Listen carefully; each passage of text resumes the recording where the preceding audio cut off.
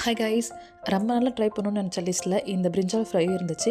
சரி, இதுவும் இந்த எக் ஆம்லெட் மாதிரி சொதப்புதா இல்லை நல்லா வருதான்னு ட்ரை பண்ணலான்னு சொல்லிட்டு தான் ட்ரை பண்ணேன். சரி வாங்க, லாஸ்ட்டில் எப்படி இருந்துச்சுன்னு சொல்கிறேன் உங்களுக்கு. இப்போ எப்படி செய்யுதுன்னு பார்க்கலாமா? பெரிய கத்திரிக்காவை எடுத்துக்கோங்க. அதில் 2 சைடும் ஆஃப் கட் பண்ணிவிட்டு நடுவில் கோடு போட்டுக்கோங்க. மிளகாய்த்தூள், கரம் மசாலா, தனி மிளகாய்த்தூள், குழம்பு மிளகாய்த்தூள் சேர்த்து லைட்டாக ஆயில் சேர்த்து நல்லா மிக்ஸ் பண்ணிக்கோங்க. அப்புறம் இஞ்சி பூண்டு பேஸ்ட் சேர்த்துக்கோங்க. நல்லா மிக்ஸ் பண்ணிவிட்டு கத்திரிக்காய் 2 சைடும் அப்ளை பண்ணிக்கலாம். இப்போ ஸ்டவ் ஆன் பண்ணிவிட்டு பேனில் லைட்டாக ஆயில் சேர்த்து நம்ம மசாலா போட்ட கத்திரிக்காய் ஃப்ரை பண்ணிடலாம். கத்திரிக்காய் ஒரு சைடு நல்லா ஃப்ரை ஆகிடுச்சு. இப்போ இன்னொரு சைடு ஃப்ரை பண்ணிக்கலாம். லைட்டாக மசாலா இல்லைன்னா நம்ம ஆல்ரெடி ரெடி பண்ணி வச்சிருந்த மசாலாவை லைட்டாக அப்ளை பண்ணிக்கலாம். மேலே 2 சைடும் லைட்டாக வெந்துடுச்சான்னு சொல்லிட்டு மேலே ப்ரெஸ் பண்ணி விட்டு 2 சைடும் ஃப்ரை பண்ணி எடுத்தால் கத்திரிக்காய் ஃப்ரை ரெடி.